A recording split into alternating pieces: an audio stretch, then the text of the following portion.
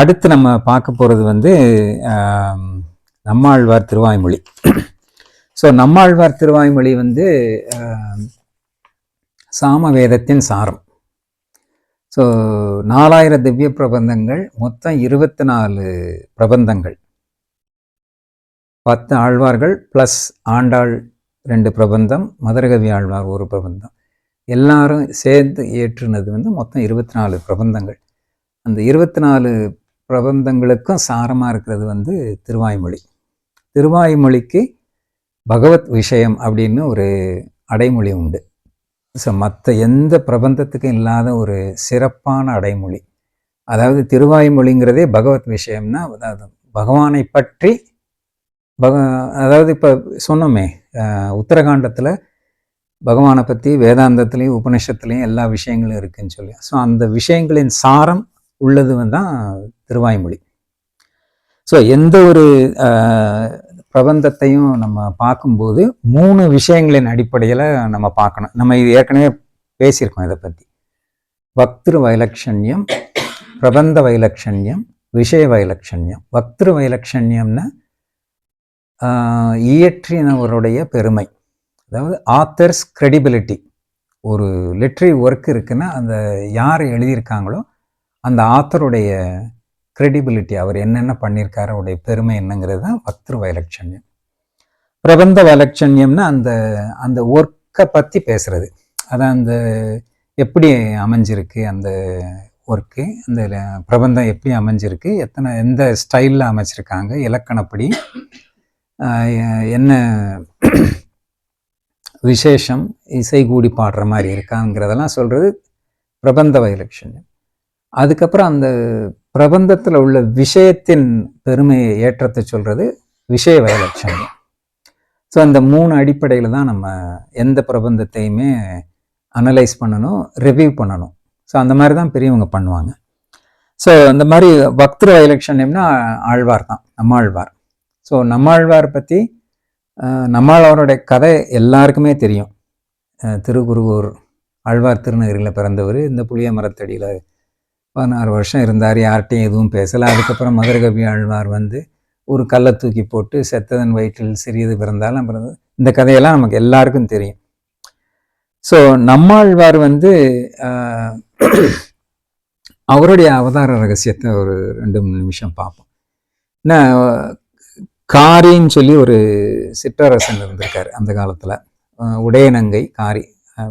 So இவங்களுக்கு வந்து குழந்தை பாக்கியம் டிலே ஆகிருக்கு, பிறக்கலை.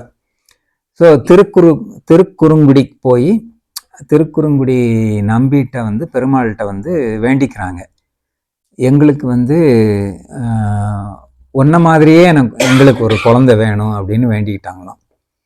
ஸோ பெருமாள் வந்து என்ன மாதிரி உலகத்தில் யாரும் இருக்க முடியாது அப்படின்னா நானே தான் பிறக்கணுமா அப்படின்னு யோசிச்சாராம். அவரே பிறந்தாருன்னு சொல்லி பெரியவங்க சொல்லுவாங்க. பட் வந்து இந்த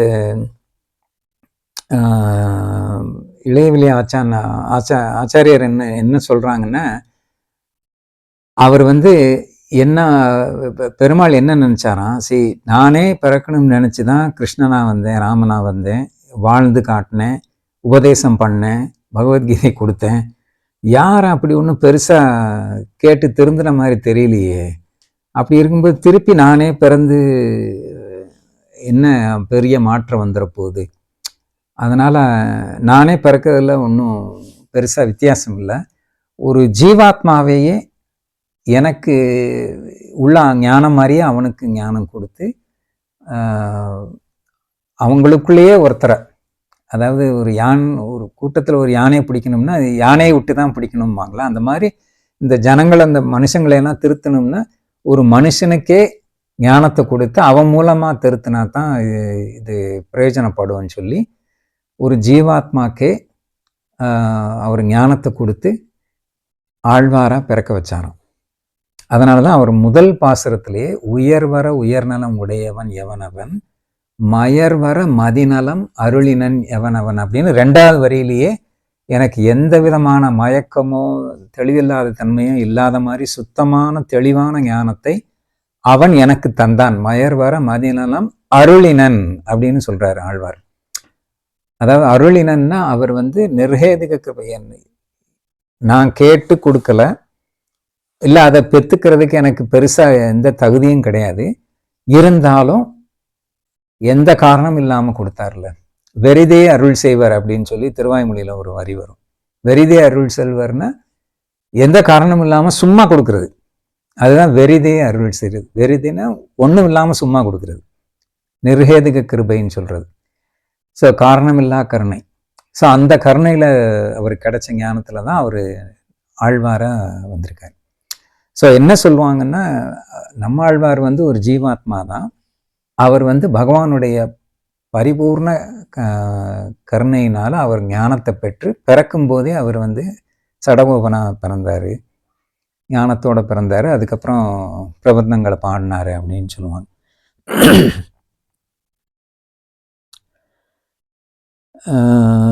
அப்புறம் நம்மாழ்வாருங்கிற பேரு எப்படி வந்தது, இது நம்ம ஏற்கனவே பேசியிருக்கோம். அவர் ஸ்ரீரங்கம் வரும்போது நம்பெருமாள், அந்த பெருமாள் வந்து நம்மாழ்வாரே அப்படின்னு அழைச்சாரு அப்படின்னு சொல்லி அது ஒரு காரணம். அதுக்கப்புறம் திருவரங்கன் உலா, அந்த துலுக்கர்கள் படையெடுப்பு இப்போ பெருமாள் அப்படியே ஒரு ரவுண்டு போகும்போது கேரளா பக்கம் போயிருந்தப்போ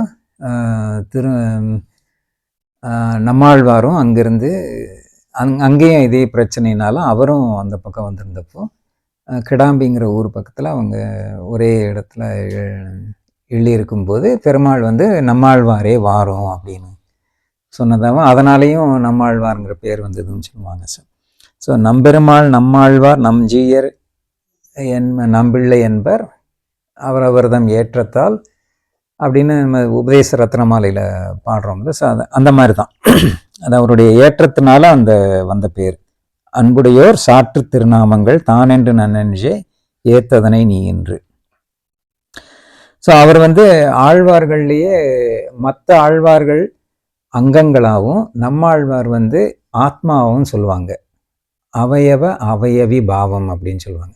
இப்போ நம்ம இந்த பொது தனியன்களில் சொல்கிறோமே, பூதம் சரஸ்ய மகதாஃபய பட்டநாத, அதில் வந்து ஒவ்வொரு ஆழ்வாரையும் தலையா, கண்களா, மார்பா, 2 கைகளா, வயிற்று பகுதியா, எதிராசரை வந்து திருவடியா சொல்லி கடைசியில் நம்ம ஆழ்வாரை வந்து ஆத்மாவா சொல்லுவாங்க. ஸோ மற்ற ஆழ்வார்கள் எல்லாம் அங்கங்கள், நம்மாழ்வார் வந்து ஆத்மா. ஸோ அதுதான் அந்த அந்த தனியனில் உள்ள அர்த்தம். அதுதான் பூதம் சரசம் அவதாஃபய பட்டனா, அதில் வந்து அதுதான் அர்த்தம். மற்ற ஆழ்வார்களுக்கு இவர் அவயவியா, மற்றவங்களாம் அவயங்கள், இவர் அவயவியா இருந்தது. ஸோ அது வந்து அவருடைய ஏற்றம். ஸோ இது வந்து சுருக்கமாக பக்திர் வைலட்சண்யம் பார்த்தோம். நம்மாழ்வாரை பற்றி பேசினா பேசிக்கிட்டே இருக்கலாம், அவரை பற்றி மட்டுமே. ஸோ அடுத்த டாபிக் வந்து பிரபந்த வைலட்சண்யம். ஸோ அவர் 4 பிரபந்தங்களை இயற்றியிருக்காரு. திருவிருத்தம், திருவாசிரியம், பெரிய திருவந்தாதி, திருவாய்மொழி, 4. ஸோ 4 வேதத்துக்கு இணையாக 4 பிரபந்தங்கள் பாடியிருக்காரு. அதில் திருவாய்மொழி வந்து சாமவேதத்தின் சாரம் சொல்லுவாங்க. ஏன்னா சாமவேதம் வந்து இசையோடு இருக்கும், ஹூஹான்னு பாடுவாங்க. ஸோ அதே மாதிரி திருவாய்மொழியும் இசை கூட்டி தான் பாடணுமா, அந்த மாதிரி தான் பாடி இது பண்ணியிருக்காங்க ஆரம்பத்திலேருந்தே. ஸோ திருவாய்மொழி வந்து சாமவேதத்தின் சார்பும் இசையோடு சேர்ந்தது. ஸோ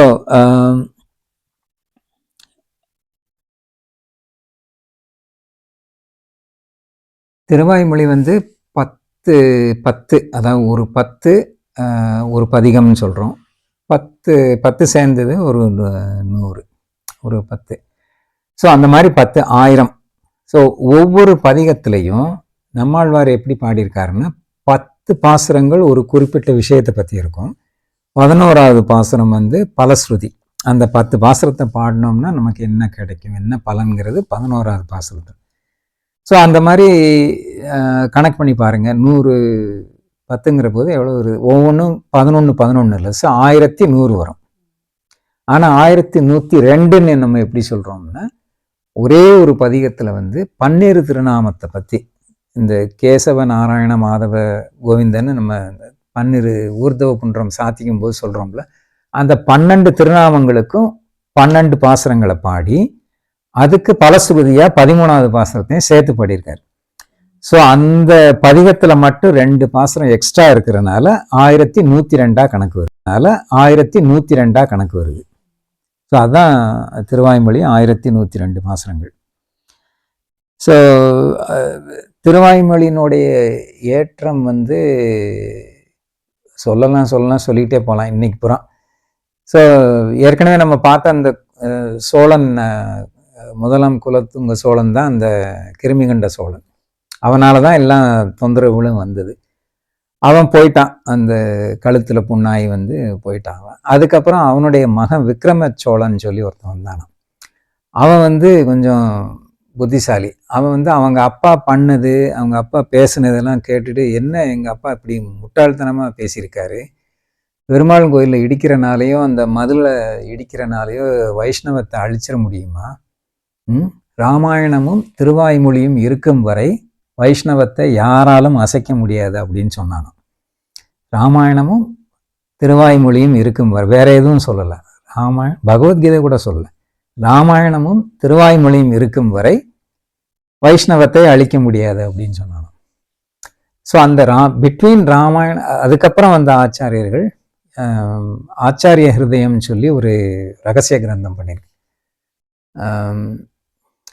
பிள்ளை லோகாச்சாரியருடைய தம்பி அவர் தன்னுடைய கிரந்தத்தில் வந்து திருவாய்மொழியை பற்றி நிறைய விஷயங்களை சொல்லியிருக்காரு. ஆச்சாரிய ஹிருதயம்னாலே ஆழ்வார் மனசில் உள்ள கருத்துக்கள், அதில் மெயினாக திருவாய்மொழி தான் இருக்கும். மற்ற ஆழ்வார்களுடைய பாசனங்களும் கொஞ்சம் கொஞ்சம் இருக்கும், பட் மெயினாக திருவாய்மொழி தான். திருவாய்மொழியின் ஏற்றத்தை சொல்கிறது தான் ஆச்சாரிய ஹிருதயங்கிற அந்த ரகசிய கிரந்தம். ஸோ அதில் வந்து அவர் சொல்கிறாரு, பிட்வீன் ராமாயணம் அண்டு திருவாய்மொழின்னு எடுத்துக்கிட்டா கூட, அதாவது ராமாயணம் வந்து இதிகாசம், ராமாயணம் மகாபாரதம் இதிகாசங்கள், அது சுருக்கமாக ராமாயணம் சொல்லிடுறாங்க ரெண்டையும் சேர்த்து. அதுக்கும் திருவாய்மொழிக்கும் என்ன வித்தியாசம்னா, இப்போ பகவான் ராமனை வந்தப்போ ராமாயணம் வேதங்களே ராமாயணமாக வந்துச்சு அப்படின்னு சொல்லுவாங்க. ஸோ அந்த மாதிரி வரும்போதும் ரெண்டையும் எடுத்து பார்த்தா, ராமாயணத்தில் வந்து வால்மீகி முனிவர் மற்ற சில தேவதைகளை பற்றி பிரஸ்தாவங்களை சில இடங்களில் சொல்லியிருக்காரு. அதனால் இவர் நாயனார் சுவாமி என்ன சொல்கிறாருன்னா, அது வந்து வால்மீகி முனிவர் எச்சில் படித்துட்டாரு, ஏன்னா அவர் மற்ற தேவதைகளை பற்றி அங்கங்கே பேசியிருக்காரு ராமாயணத்தில். மகாபாரத்தில் அது சொல்லவே வேணாம், ஒரே சூது களவு, மோசம் பண்ணுறது, துரோகம் பண்ணுறது, மானபங்கம் பண்ணுறது, இந்த மாதிரியே பூசல் பட்டோலைன்னே பேர் மகாபாரதத்துக்கு. ஸோ அதனாலேயும் அதுவும் இந்த ரெண்டுலேயும் உள்ள குறைகள் இல்லாமல் வெறும் சுத்தமாக பகவானுடைய திருக்குணங்களை பற்றி மட்டுமே அனுபவிக்கிறது திருவாய்மொழி. அதனால் மற்ற 2 இதிகாசங்களை விட திருவாய்மொழிக்கு தான் ஏற்றம் ஜாஸ்தி அப்படின்னு. அதே மாதிரி பகவத்கீதைக்கும் திருவாய்மொழிக்கும் ஒப்பிட்டு பார்த்து, எப்படி திருவாய்மொழி பகவத்கீதையை விட உயர்ந்த சாஸ்திரம் அப்படின்னும் அந்த ஆச்சாரிய ஹிருதயத்தில் இருக்குது. இந்த இடத்துல ஒரு ஐதீகம் சொல்லுவாங்க. திருவழுதி வளநாடு தாசர் அப்படின்னு ஒருத்தர் இருந்திருக்காரு, நம்பி திருவழுதி வளநாடு தாசர்னு. அவர் வந்து அவருடைய ஐதீகம் வந்து என்ன சொல்லுவாங்க, சரி அவர் பேரே திருவழுதி வளநாடுன்னு. அதாவது நம்மாழ்வார் பிறந்த ஊர் திருக்குறுகூர். அந்த திருக்குறுகூர் இருந்த அந்த தேசம் வந்து, அந்த நாடு வந்து திருவழுதி நாடாம். இதான் இப்போ நம்ம தனியனில் படித்தோமே, திருவழுதி நாடு என்னும் தென்குருகூர் என்னும் மறுவினிய வன்பொருணல் என்னும் அருமறைகள் அந்தாதி செய்தான் அடியினையே எப்பொழுதும் சிந்தியாய் நெஞ்சே தெளிந்துங்கிற தனியன். ஸோ திருவழுதி நாடுங்கிறது அந்த நாட்டோட பேர். அந்த நாட்டோட பேரையே அவர் தனக்கு பேராக வச்சிருக்காரு, தாசிய நாமமா. இப்போ நம்மெல்லாம் தாசிய நாமம் தான் ஆச்சாரியன் பேரை வச்சுப்போம், இல்லைன்னா பெருமாள் பேராக இருக்கும். பட் அவர் வந்து ஆழ்வார் பிறந்த நாட்டோட பேரையே திருவழுதி வளநாடு தாசர்னு. ஸோ அவர் வந்து ஒரு வாட்டி சொன்னாராம், ஒரு கதை சொன்னாராம். அதாவது ஸ்ரீரங்கத்தில் ஒரு மடத்தில் வந்து ஒருத்தர், நான் வந்து பகவத்கீதை பாடம் எடுக்க போகிறேன், நிறைய பேருக்கு சொல்லிக் கொடுக்க போகிறேன், எனக்கு எல்லா விஷயமும் தெரியும் பகவத்கீதையை பற்றி. உடனே அங்கே உள்ளவங்க சொன்னாங்களாம், சரி பரவாயில்ல, என்ன வேணும் உங்களுக்குன்னா, நான் இங்கே இருந்து தங்கி இந்த பாடங்களை எல்லாம் சொல்கிறதுக்கு எனக்கு நீங்கள் இடம் தரணும், வசதி செஞ்சு கொடுக்கணும்னு. சரி, அதனால் என்ன மடத்தில் முன்னாடி திண்ணையில் ஒரு ஓரமாக இருந்துக்கங்க அப்படின்னு சொல்லிட்டு கொஞ்சம் அரிசியும் காய்கறியும் கொடுத்து நீங்களே தளிகை பண்ணி சாப்பிட்டுக்கிட்டு நீங்கள் பாடம் எடுங்க அப்படின்னு சொல்லிட்டாங்க.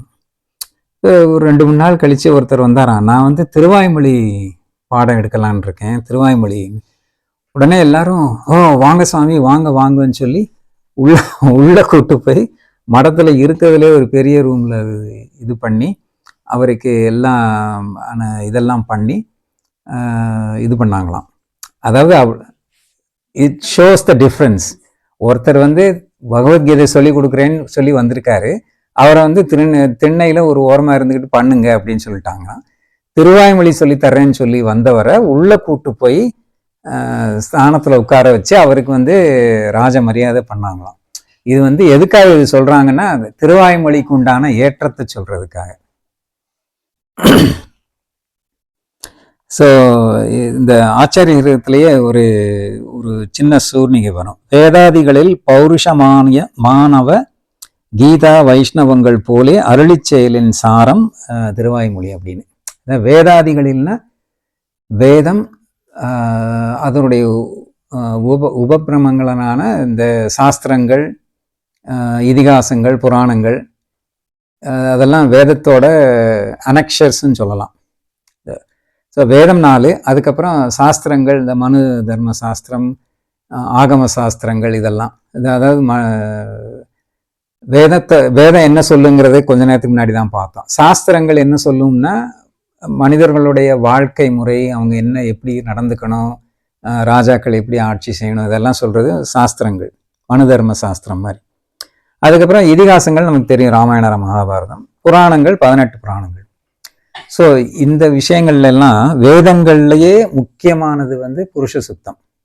புருஷ சுத்தம் தான் 4 வேதத்திலையும் முக்கியமான பார்ட், ரைட்டா? சாஸ்திரங்கள்லயே முக்கியமானது மனு தர்ம சாஸ்திரம். அந்த மாதிரி இதிகாசங்கள்ல முக்கியமானது வந்து மகாபாரத்தில் வர்ற பகவத்கீதை. ஏன்னா அது கண்ணனே திருவாய் மலர்ந்துருளி அவர் சொல்லி கொடுத்ததுனால பகவத்கீதை தான் இதிகாசங்கள்லேயே முக்கியமான பார்ட், சரியா? அது மாதிரி 18 புராணங்கள்லேயே விஷ்ணு புராணத்துக்கு தான் ஏற்றம் ஜாஸ்தி, இதுதான் சாத்விக புராணங்கிறனால. ஸோ அந்த மாதிரி இந்த 24 பிரபந்தங்கள் இருக்குன்னு சொன்னோம்ல, 4000 அதுலேயே சாரம் எதுன்னா திருவாய்மொழி தான். திருவாய்மொழிக்கு 4000த்துலேயும் ஏற்றம் ஜாஸ்தி. ஸோ 24 பிரபந்தங்கள்லையும் முதன்மையான பிரபந்தம் எதுன்னு கேட்டால் கண்ணை மூடிட்டு சொல்லலாம் திருவாய்மொழி தான். நம்மாழ்வார் திருவாய்மொழிக்கு அவ்வளவு ஏற்றங்கள். ரைட், இப்போ கடைசி விஷயத்துக்கு வந்துடுவோம். விஷய வைலட்சண்யம். திருவாய்மொழியில் என்ன விஷயம் இருக்குது? இதுக்கு தான் இந்த தனியன்லேயே ஒரு கடைசி தனியன், பராசர பற்றை ஏற்ற கடைசி தனியன். மிக்க இறைநிலையும் மெய்யாம் உயிர்நிலையும் தக்க நெறியும் தடையாகி தொக்கியலும் ஊழ்வினையும் வாழ்வினையும் ஓதும் குறுகையர்கோன் யாழினிசை வேதத்தியல். இது என்னன்னா, திருவாய்மொழியில விஷயம் என்ன இருக்குன்னா, பெரிய திருமந்திரம் ஓம் நமோ நாராயணாயங்கிற பெரிய திருமந்திரத்தின் விளக்கம். பெரிய திருமந்திரத்தின் விளக்கம் துவயமந்திரம். துவயமந்திரத்தின் விஸ்தாரணம் தான் திருவாய்மொழி. துவயமந்திரத்தில் என்ன விஷயம் சொல்லியிருக்கோ அதை விரித்து சொல்கிறது தான் திருவாய்மொழி. ஸோ துவயமந்திரத்துலேருந்து நம்ம தெரிஞ்சிக்க வேண்டிய விஷயம் என்ன, அல்லது பெரிய திருமந்திரத்துலேருந்து நம்ம தெரிஞ்சிக்க வேண்டிய விஷயங்கள் என்னன்னா 5 விஷயம். அதான் அர்த்த பஞ்சகம் அப்படின்னு சொல்கிறோம். அர்த்த பஞ்சகம்னா 5 விஷயம். என்னென்ன? மிக்க இறைநிலையும், அதாவது இறைனா பகவான், கடவுள். ஸோ பகவானுடைய தன்மை என்ன, குணங்கள் என்ன, அவருடைய நிலை என்னங்கிறது தெரிஞ்சுக்கிறது மிக்க இறைநிலையும். மெய்யாம் உயிர்நிலையும். உயிர்னா ஆத்மா, நாம் எல்லாம் ஜீவாத்மாக்கள். மெய் அப்படின்னு சொல்கிறோம். மெய்ங்கிறதுக்கு இந்த இடத்துல 2 அர்த்தம் சொல்லுவாங்க. அதாவது மெய்னா நம்மளுடைய ஜீவாத்மாவுடைய உண்மையான ஸ்வரூபம் என்னன்னு தெரிஞ்சுக்கிறதுனால மெய்ன்னு சொல்லலாம். ஆர் ஜீவாத்மாக்கள் எல்லாம் பரமாத்மாவுக்கு சரீரமாக நம்ம இருக்கோம்னு சொல்லுவாங்க. ஸோ ஸோ நம்ம எல்லாம் பகவானுக்கு தேகமாக இருக்கும். அதனால் அவனுக்கு நம்ம மெய்யாக இருக்கிறனால மெய்யாம் உயிர்நிலை. ஸோ அவனுக்கு மெய்யாக இருக்கிற உடலாக இருக்கிற நம்ம உயிரின் நிலை என்ன? ஸோ ஜீவாத்மாவுடைய நிலை, ஃபஸ்ட்டு பரமாத்மாவுடைய நிலை, அப்புறம் ஜீவாத்மாவுடைய மிக்க நிலை, இறைநிலையும் மெய்யாம் உயிர்நிலையும் தக்க நெறியும். ஸோ இந்த ஜீவாத்மா என்ன படுது? மாறி மாறி பிறந்து நிறைய பாவங்களையும் புண்ணியங்களையும் சேர்த்து வச்சு அதை திருப்பி அனுபவிக்கிறதுக்கு இன்னொரு பிறவி எடுத்து இப்படியே உழண்டுகிட்டு இருக்கோம் நம்ம. ஸோ இதிலிருந்து நம்ம விடுபட்டு எப்படி பிறவி இல்லாத பகவானிடம் போய் சேரும் நிலைமை அடைகிறதுக்கு என்ன வழி? தக்க நெறி. அந்த வழி என்னங்கிறது சொல்கிறது தான் 3வது விஷயம். தக்க நெறியும் தடையாகி தொக்கியலும். அதாவது அந்த மாதிரி அந்த நெறியை பிடிச்சி நம்ம போய் பகவானை சேர்றதுக்கு நமக்கு என்ன தடையாக இருக்குது? தடைகளான விஷயங்கள் என்ன? இப்போ நம்ம பிறந்திருக்கோம்னா நமக்கு 5 இந்திரியங்கள் இருக்குது. ஒவ்வொரு இந்திரியமும் ஒன்று வேணும்னு கேட்குது கண்டினியூவஸாக. நம்மளும் அதுக்கு பின்னாடியே ஓடிட்டுருக்கோம். ஸோ இதனாலேயே நம்ம நிறைய காரியங்களை பண்ணுறோம். காரியங்கள் பண்ணுறதுனால நம்ம கர்மாக்கள் சேர்ந்துக்கிட்டே போகுது. ஸோ இதுதான் அந்த தடையாக, நமக்கு தடையாக இருக்கிறது இந்த மாதிரி விஷயங்கள் தான். தடையாகி தூக்கிலும் ஊழ்வினையும் வாழ்வினையும். வாழ்வினைன்னா நம்ம இதிலிருந்து விடுபட்டு நம்ம அங்கே போயிட்டோம்னா நம்மளுடைய மோட்சானந்தம் எப்படி இருக்கும், அங்கே உள்ள நிலைமை எப்படி இருக்குன்னு தெரிஞ்சுக்கிறது தான் வாழ்வினை. ஸோ இதுதான் அர்த்த பஞ்சகம்னு சொல்கிறது. 5 பகவானுடைய நிலைமை, நம்மளுடைய நிலைமை, விடுபடும் வழி, அந்த வழிக்கு தடையாக உள்ள விஷயங்கள், விடுபட்ட பின்னாடி நமக்கு கிடைக்கும் அனுபவங்கள். ஸோ இந்த 5 விஷயங்களை தான் அர்த்த பஞ்சகம்னு சொல்லுவோம். ஸோ இந்த அர்த்த பஞ்சகத்தை பற்றி விரிவாக சொல்கிறது தான் திருவாய்மொழி. அந்த சம்மரைஸ், அதாவது டாப்பிக்காக தான் 10 நம்ம பாசுரங்கள் பாடுறோம்னாலும் ஒவ்வொரு பாசுரத்துலேயும் உள்ள விஷயங்களை நம்ம ஆழ்ந்து நோக்கணும்னா இந்த 5 விஷயத்துக்குள்ள ஒரு விஷயத்தை சொல்கிறதா தான் இருக்கும் அந்த ஒவ்வொரு பாசுரமும். ஸோ அந்த பதிகங்களும் அந்த மாதிரி தான் இருக்கும். ஸோ ஃபார் எக்ஸாம்பிள் மிக்க இறைநிலைங்கிறப்போ 8ஆம் பத்து முதல் திருவாய்மொழியில் மனுஷருக்கு தேவர் போல் தேவருக்கும் தேவாவோ அப்படின்னு ஒரு பாசுரம் வரும். ஸோ அவருடைய பரத்துவத்தை பற்றி, பகவானுடைய பரத்துவத்தை பற்றி சொல்கிறது. முழுதுண்ட பரபரன் அப்படிங்கிற மாதிரி. அதே மாதிரி வேதவியாசர் பிரம்மசூத்திரம் எழுதும்போது பகவானை பற்றி நிறைய எழுதினார். ஆனால் எங்கேயுமே அவர் பேரை சொல்லலை, நாராயணன்கிற பேரை சொல்லவே இல்லை. பிரம்மங்கிற பேரில் தான் சொல்லுவார் அவர். He quotes God as Parabrahmam or Brahmam. He didn't name him as Narayanan or Narayanan. அந்த குறையை நம்மாழ்வார் தீர்த்து, வன்புகழ் நாரணன் தின்கடல் சேரேன்னு நம்ம இப்போ பாசம் படித்தோமே. ஸோ அந்த பேரை ஸ்பஷ்டமாக சொன்னது நம்மாழ்வார் தான். அதனால தான் நம்மாழ்வார் அவ்வளோ பெருமாளுக்கு அவ்வளவு பிடிக்கும். கம்பநாட்டாழ்வார் ராமாயணத்தை அரங்கேற்றம் பண்ணுறதுக்காக ஸ்ரீரங்கத்துக்கு வந்திருக்காரு. ஸ்ரீரங்கத்துக்கு பெருமாள்கிட்ட அனுமதி கேட்டிருக்காரு. இந்த மாதிரி நான் ராமாயணத்தை ஏற்றியிருக்கேன், நான் அது அரங்கேற்றம் பண்ணுறதுக்கு சுவாமி அனுகிரகம் பண்ணணும்னா பெருமாள் கேட்டாராம், நாம் சடகோபனை பாடினாயா அப்படின்னு கேட்டாராம். நாம் சடகோபனை பாடினாயான்னா பின்னாடி அவருக்கு சடகோபர் அந்தாதின்னு ஒரு நம்மாழ்வார் மேலே ஒரு பிரபந்தத்தை பாடின பின்னாடி தான் ராமாயணத்தை அரங்கேற்றமே பண்ண விட்டாராம் பெருமாள். ஸோ பெருமாளுக்கு அந்த அளவுக்கு நம்மாழ்வார் மேலே ஒரு பிரியம். ஸோ மெய்யாம் உயிர்நிலையும் அது பகவான், அதை நம்ம ஆத்மாவுடைய ஸ்வரூபத்தை சொல்கிறது தான் மெய்யாம் உயிர்நிலையும். இது நிறைய பதிகங்கள் இருக்குது. பயிலும் சுடரொளி மூர்த்தி அப்படிங்கிற ஒரு பதிகத்தில் பாகவத சேஷத்தை பற்றி, அதாவது ஒவ்வொரு ஜீவாத்மாக்கும் அல்டிமேட் எய்ம் ஆர் கோல் பகவத் சேஷத்துவத்தை விட பாகவத சேஷத்துவம், அடியார்களுக்கு செய்யும் சேவை தான் பெருசுங்கிறது சொல்கிறது தான் அந்த பயிலும் சுடரொளி மூர்த்திங்கிற பதிகத்தில் வர்ற எசன்ஸான விஷயம். கண்கள் சிவந்து அந்த மாதிரி நிறைய பதிகங்கள் இருக்குது. அதே மாதிரி தக்க நெறியும் தடையாகி தொக்கியலும். தக்க நெறின்னா அந்த பகவானை போய் சேர்றதுக்கு இந்த பிறவி சூழல்ல இருந்து விடுபடுறதுக்கு என்ன வழி? ஆழ்வார்கள் நமக்கு சொல்லி கொடுக்குற ஒரே வழி சரணாகதி தான். பகவான்கிட்ட சரணாகதி பண்றது தான் நமக்கு வந்து தக்க நெறி அப்படின்னு அவங்க சொல்றாங்க. ஸோ அந்த சரணாகதி பற்றி 4-10 பாடியிருக்காரு நம்மாழ்வார். அதில் வந்து நோற்ற நோன்பிலேன்னு சொல்லி வானமாமலை பெருமாள் மேலே நோற்ற நோன்பிலேன், அதாவது எனக்கு வந்து கர்மஞானம் பக்தி யோகங்கள் எதுவுமே கிடையாது, உன்னை விட்டால் எனக்கு வேறு வழி கிடையாது, நீ தான் எனக்கு வந்து அனுகிரகம் பண்ணி உன்னோட சேர்த்துக்கணும் அப்படின்னு பாடுறது தான் அந்த நோற்ற நோன்பிலேன் பதிகத்தில் வர்ற எசென்ஷியலான விஷயம். ஆறாவமுதே அப்படின்னு திருக்குடந்தை பெருமாள்கிட்ட வந்து களையாதொழிவாய்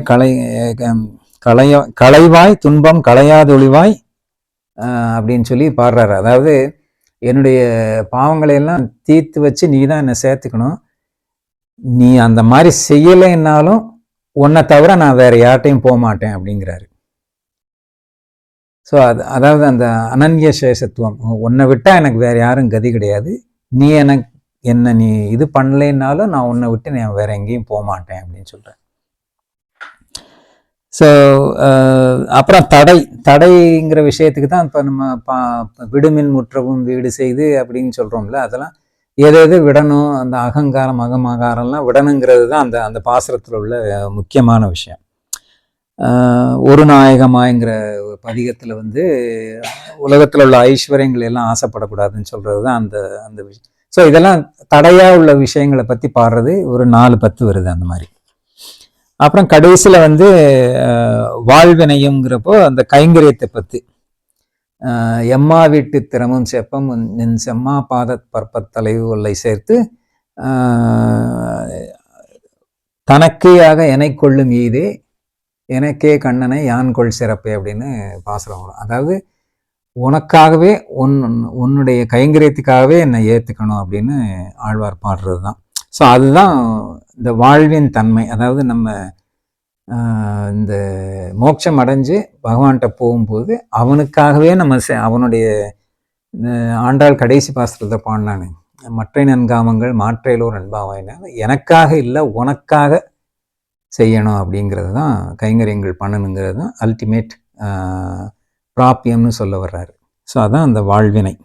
ஒளிவில் காலமெல்லாம் உடனாய் மன்னி வலுவிலா அடிமை செய்ய வேணுங்கிற பதிகத்தில் வந்து எல்லா காலத்துலேயும் எல்லா தேசத்துலேயும் எல்லா விதத்துலையும் உனக்கு நாங்கள் கைங்கரியம் பண்ணணும்னு சொல்கிறது தான் அந்த பதிகத்தில் உள்ள விஷயம். ஸோ ஒளிவில் காலமெல்லாம் உடனாய் மன்னிங்கிறது வந்து துவய மந்திரத்தில் 2வது வரியோட விளக்கம். அது 3ஆம் பத்திலே வந்துடுது. ஆனால் முதல் வரியோட அர்த்தம் வந்து 6ஆம் பத்தில் உலகமண்ட பெருவாயால் தான் வருது. ஸோ இந்த ரிவர்ஸ் ஆர்டரில் வருது திருவாய்மொழியில். இது நான் நிறைய உள்ளே போய் சொல்லிகிட்டு இருக்கேன். இது வந்து திருவாய்மொழியில் பரிச்சயம் உள்ளவங்களுக்கு தான் இது வந்து ஈஸியாக புரியும். பட் நம்ம சிம்பிளாக தெரிஞ்சுக்க வேண்டியது வந்து மிக்க இறைநிலையம் அப்படின்னா என்ன, மெய்யாம் உயிர் நிலையம் அப்படின்னா என்ன, பகவானுடைய தன்மை, ஜீவாத்மாவுடைய தன்மை, தக்க நெறி, பகவானை அடைகிறதுக்கு வழி என்ன, தடையாகி தொக்கில் அதுக்கு என்ன இடைஞ்சலாக இருக்குங்கிறது தெரிஞ்சுக்கணும். வாழ்வினையுங்கிற போது நம்ம இதை முடிஞ்சு அங்கே போய் சேரும்போது நமக்கு என்ன கிடைக்குங்கிறத புரிஞ்சுக்கணும். ஸோ இந்த விஷயங்களை நமக்கு சொல்லி கொடுக்கறது தான் திருவாய்மொழி பாசுரங்கள். இது வந்து ஒவ்வொரு ஜீவாத்மாவும் உலகத்தில் பிறந்த ஒவ்வொருத்தருக்கும் இதுதான் எய்மாக இருக்கணும், இதுதான் வழியாக இருக்கணும். இன்னும் வேற எந்த பிரயோஜனமும் கிடையாது. உலகத்தில் என்ன கல்வி வேணாலும் நம்ம கற்றுக்கலாம், என்ன டிகிரி வேணாலும் வாங்கலாம். கொஞ்சம் யோசிச்சு பாருங்க, என்ன அல்டிமேட்டாக என்ன பிரயோஜனப்படும்? என்ன ஒரு வேலைக்கு போவீங்க, சம்பாதிப்பீங்க, இல்லைன்னா புகழ் கிடைக்கும், ஏதாவது ரிசர்ச் பண்ணி பெரிய சயின்டிஸ்ட்னா உங்களுக்கு ஒரு இது கிடைக்கும், அவ்வளோதானே கிடைக்கும். அதுக்கப்புறம் இந்த ஆயுசு முடிஞ்ச பின்னாடி அதனால என்ன பிரயோஜனம் இருக்கு? கொஞ்சம் யோசிச்சு பார்த்தா நம்ம எது படித்தாலும் அதோட பலன் வந்து ஒரு லிமிட்டுக்குள்ளே தான் இருக்கும். ஆனால் இந்த பகவத் விஷயத்தை கற்றுக்கிட்டோம்னா இதோட பலன் வந்து இந்த பிறவியையும் தாண்டி ஒரு முடிவில்லாத ஒரு ஆனந்தத்தை கொடுக்குற ஒரு நிலைமைக்கு நம்ம கொண்டு போவோம். அதனால தான் நம்ம திருவாய்மொழியை இந்த அளவுக்கு கொண்டாடுறோம். ஆழ்வார் எம்பெருமானார் ஜீயர் திருவடிகளே சரணம்.